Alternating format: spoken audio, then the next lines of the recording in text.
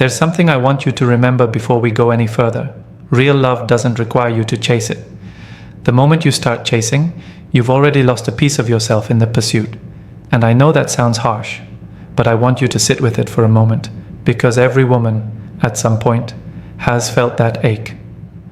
That anxiety of wondering if he'll text back, if he's losing interest, if she should do something to make him notice her again.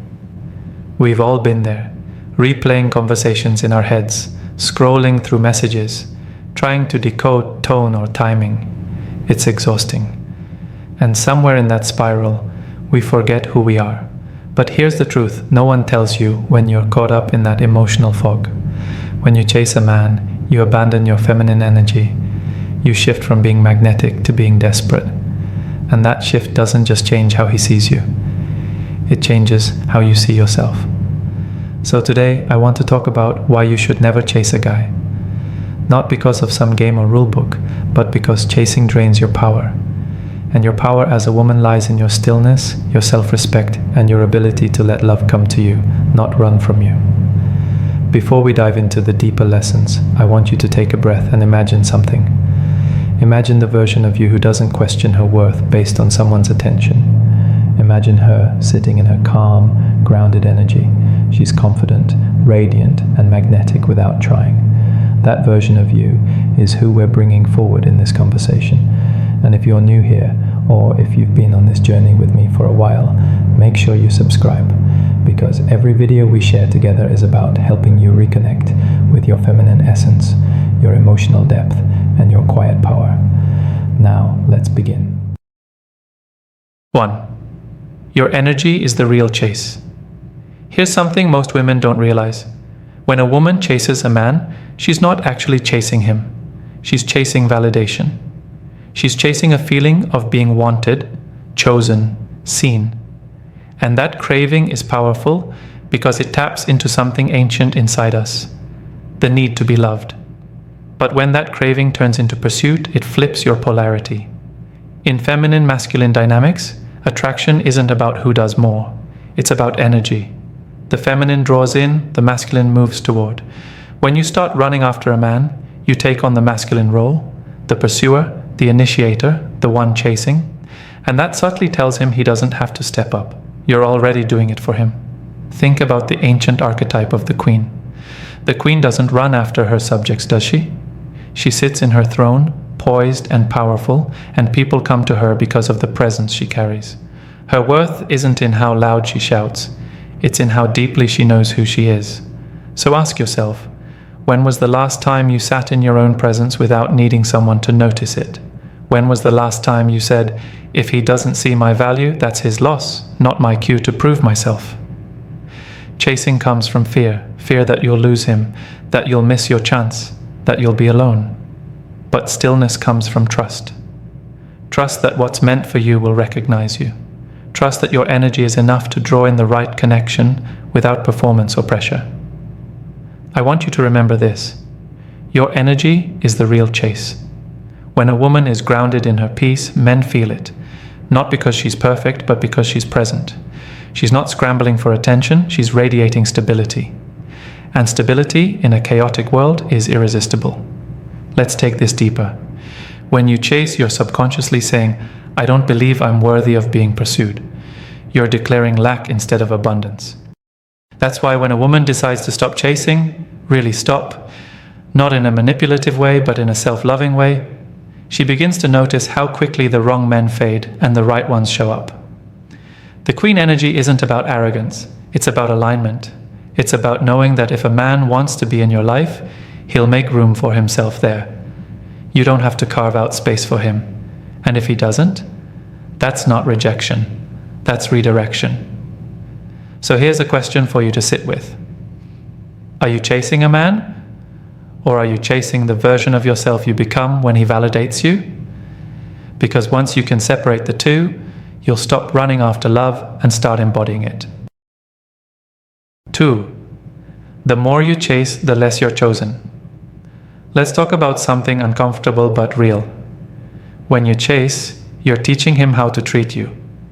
You're showing him that your attention is available even when his isn't earned. You're saying, I'll come to you even when you pull away. And over time, that dynamic quietly erodes respect. Respect is the foundation of attraction. Without it, love can't grow. It might start with excitement, but it ends in imbalance. There's a psychological pattern called intermittent reinforcement. It's what makes people addicted to unpredictability. When you chase a man who gives you mixed signals, you start confusing emotional inconsistency with chemistry. Every time he pulls away and comes back, you get a dopamine hit. It feels like connection, but it's really control. You're not connecting to him, you're reacting to him. That's why chasing feels so draining, because deep down, your body knows it's operating from anxiety, not authenticity. Let's look at this through another lens: literature.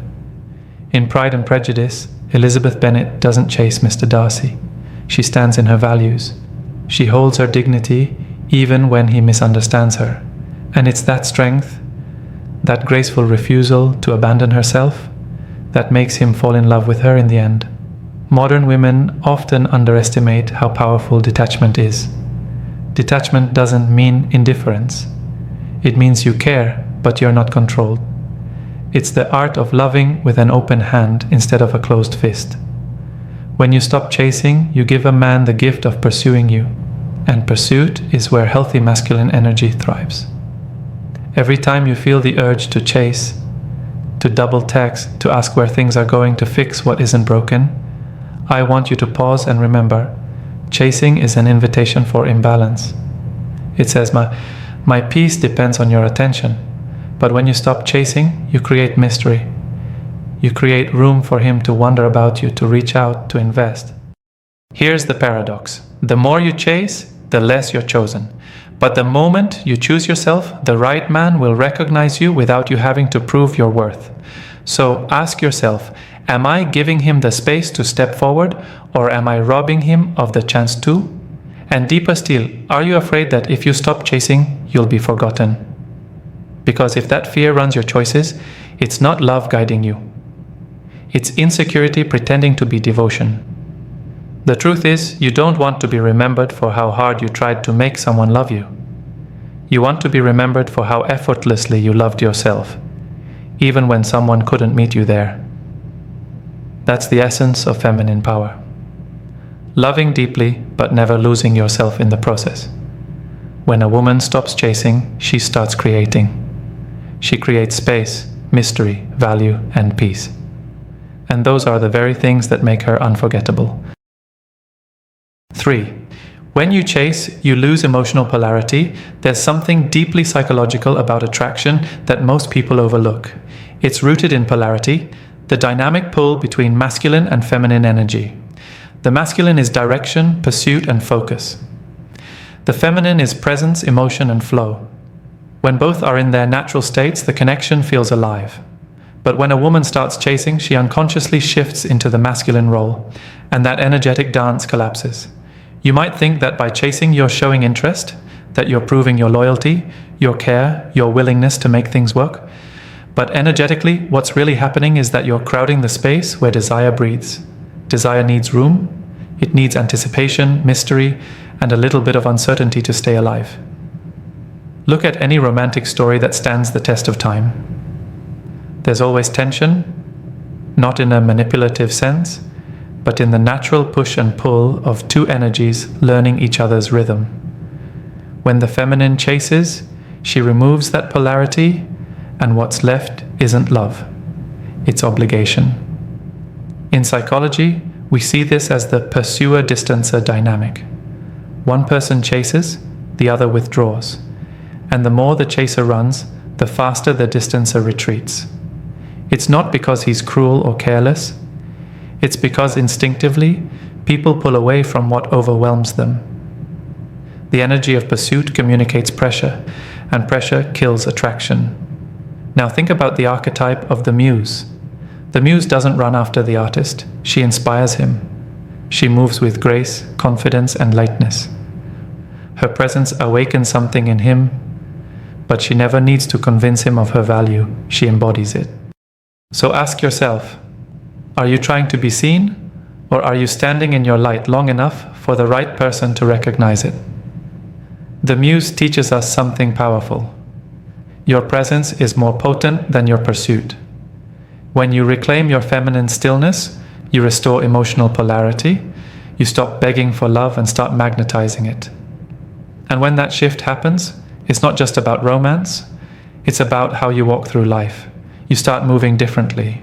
Your conversations feel lighter, your decisions become clearer. You no longer overextend yourself for people who give you the bare minimum. You start living from the belief that you are already enough. 4. Chasing makes you forget who you are. Let's go deeper. When you chase a man, what you're really doing is shrinking your identity around him. You start editing your words, your emotions, your needs, all to keep the connection alive. You tell yourself you're being understanding or low maintenance, but what you're actually doing is disconnecting from your own authenticity. It's like dimming your light because you're afraid it's too bright for him to handle. But light isn't supposed to shrink, it's supposed to shine. In Jungian psychology, there's a concept called the shadow, the parts of ourselves we suppress to be accepted. When you chase, you often abandon the most radiant parts of your feminine energy, your self-trust, your emotional honesty, your mystery. You trade them for approval, and that trade never ends well. Think of women like Cleopatra, Maya Angelou, or Audrey Hepburn, women who moved through the world with elegance and self-possession. They didn't beg to be loved, they were love. Their energy was whole, and that wholeness made them irresistible. When you forget who you are, you hand your power to someone else and ask them to define your worth. But the truth is, no man can give you what you've already abandoned within yourself. You'll know you've been chasing when you start feeling anxious, ungrounded, and emotionally exhausted. You'll catch yourself thinking, if I just try harder, maybe he'll see how much I care. But that's not love, that's fear wearing a disguise. And fear has a way of distorting your perception. You start romanticizing potential instead of reality. You overlook red flags because you're emotionally invested in the idea of him. You stay because you believe leaving means failure, when really leaving would mean freedom. I want you to pause and ask yourself, what parts of me have I silenced just to feel chosen?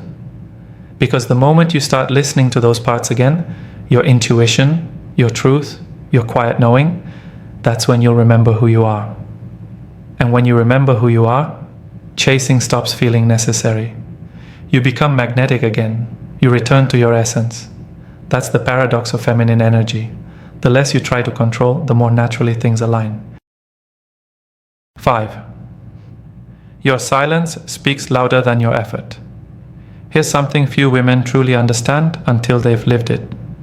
Your silence can be more powerful than your words, your absence more impactful than your presence. When you stop chasing, you create emotional space. And in that space, a man has the opportunity to reflect. He starts to feel the absence of your energy. And men notice energy shifts more than they notice messages. Think of silence not as a punishment, but as a mirror. When you pull your energy back, it shows you who's truly meant to step forward. The wrong man will fade, the right man will move closer. This isn't about manipulation, it's about self-respect.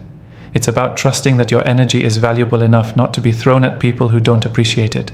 In Greek mythology, there's the story of Persephone, the goddess who was taken to the underworld. Many read her story as one of powerlessness, but I see it differently. Persephone became queen because of what she endured. Her descent gave her wisdom, boundaries, and depth. When she rose again, she wasn't naive. She was sovereign. In the same way, silence isn't weakness, it's transformation. Every time you stop chasing and choose stillness, you're reclaiming your throne. You're saying, I trust myself enough to wait for what matches my energy. There's a deep psychological principle here too. When you pull away from chasing, you interrupt the feedback loop that keeps your anxiety alive. You teach your nervous system a new story, that you're safe, even without external validation. And over time, that rewires your self-esteem from the inside out. I want you to remember this. Men respect what they have to earn. The feminine doesn't need to demand effort. She simply inspires it by being discerning. Your silence can communicate that discernment louder than any words ever could. So before you text, call, or explain yourself again, ask, if I stay quiet right now, what truth might reveal itself? Because sometimes the truth isn't found in what you say. It's revealed in what you choose not to say. 6. The right love doesn't need convincing. Let's strip away all the noise for a second and talk about what real love feels like. Not the kind that keeps you up at night wondering if you're good enough, not the kind that makes you question your intuition, but the kind that feels steady, peaceful, yet passionate. That kind of love never needs to be forced. It never needs endless explanations or negotiations just to keep it alive. It flows because it's mutual. When you chase a man, you're trying to convince him, to show him your value, to make him see what's obvious to you. But convincing is a symptom of misalignment. When two people are meant to meet each other at the same emotional frequency, there's no need for persuasion, there's only recognition. And here's the truth that hurts at first but frees you later. If you have to chase him, he's already told you where he stands. He's just too polite, too unsure, or too emotionally unavailable to say it outright. But his distance is communication. As women, we often romanticize persistence. We think that if we just prove we care enough, he'll come around. But love built on convincing is love built on imbalance. You'll always feel like you're climbing a hill while he stands still. In feminine energy, your job isn't to convince, it's to reveal. Reveal who you are, what you value, what you desire. And then, allow the right man to rise to meet it. There's a scene in the myth of Aphrodite, the goddess of love, where she doesn't chase Adonis. She loves him, yes, but she doesn't beg for his attention. Her beauty and her essence were never about what she could do to earn love. They were about what she embodied. That's the feminine secret, embodiment. When you embody self-worth, you stop explaining it. When you embody confidence, you stop seeking reassurance. When you embody love, you stop asking for proof. So, I want you to reflect on this. Are you trying to convince someone to love you? Or are you ready to embody the love that no longer needs convincing? Because once you shift from persuasion to embodiment, everything changes. You start attracting people who meet you where you are, not where you have to lower yourself to be seen. You become the calm in the storm, and men who are ready for love will feel that calm like gravity. You don't chase gravity, right? You surrender to it. That's what real love feels like. An effortless pull, not a race to prove. 7. Chasing blocks. What's truly meant for you. This is the part most women don't realize until much later. When you chase what isn't meant for you, you block what is. Because the energy you spend trying to hold on to the wrong man is energy that could be spent preparing you for the right one. Sometimes the universe withholds what you want to give you what you need. But if you're too busy running after a man who isn't aligned with your future, you'll miss the one who is. Every time you chase, you send a signal, not just to him, but to life itself, that you don't trust timing, that you believe love is something to be earned rather than something to be received. And that disbelief becomes a barrier. There's a beautiful quote by the writer Anais Nin: "Life shrinks or expands in proportion to one's courage." The same applies to love. When you have the courage to let go of what doesn't honor you, your world expands. But when you cling out of fear, it shrinks until all you can see is the one person who won't give you what you deserve. Think of this like a garden. If you keep watering a dead plant, not only will it never bloom, you'll also be too tired to tend to the ones that could. Your energy is your water. Where you pour it determines what grows in your life. In mythology, there's the story of the phoenix, the bird that burns before it rises anew. That's the energy of letting go. When you stop chasing, you allow old patterns to burn. You let the part of you that believed love had to be fought for dissolve, so something more authentic can be reborn in its place. Here's something I want you to write down, even if it's just in your mind. If I have to chase it, it's not aligned with me. Because alignment doesn't require pursuit. It requires patience. It requires faith in your own vibration, your own timing. your own becoming. So, if you're in a season where someone's pulling away, don't chase. Observe. Breathe. Trust that silence and distance are just as sacred as connection. They reveal truths that chasing never will. Ask yourself, what might be trying to find me if I stop chasing what's running away? The moment you start trusting that everything meant for you will meet you halfway, you'll never beg for love again. You'll know, deeply, unshakably, that what's yours will recognize you. And that's when peace becomes your new normal. The power of standing still. Here's what I want you to carry with you after today. Love doesn't need to be chased. It needs to be received. The version of you who runs after someone is operating from lack. But the version of you who stands still, she's operating from abundance. Never forget that your feminine power lives in your ability to stay rooted in your worth, no matter who walks in or out of your life. The women who chase end up exhausted. The women who stand still in their grace, in their quiet confidence, they attract everything they once thought they had to chase. So, let today be the day you stop running.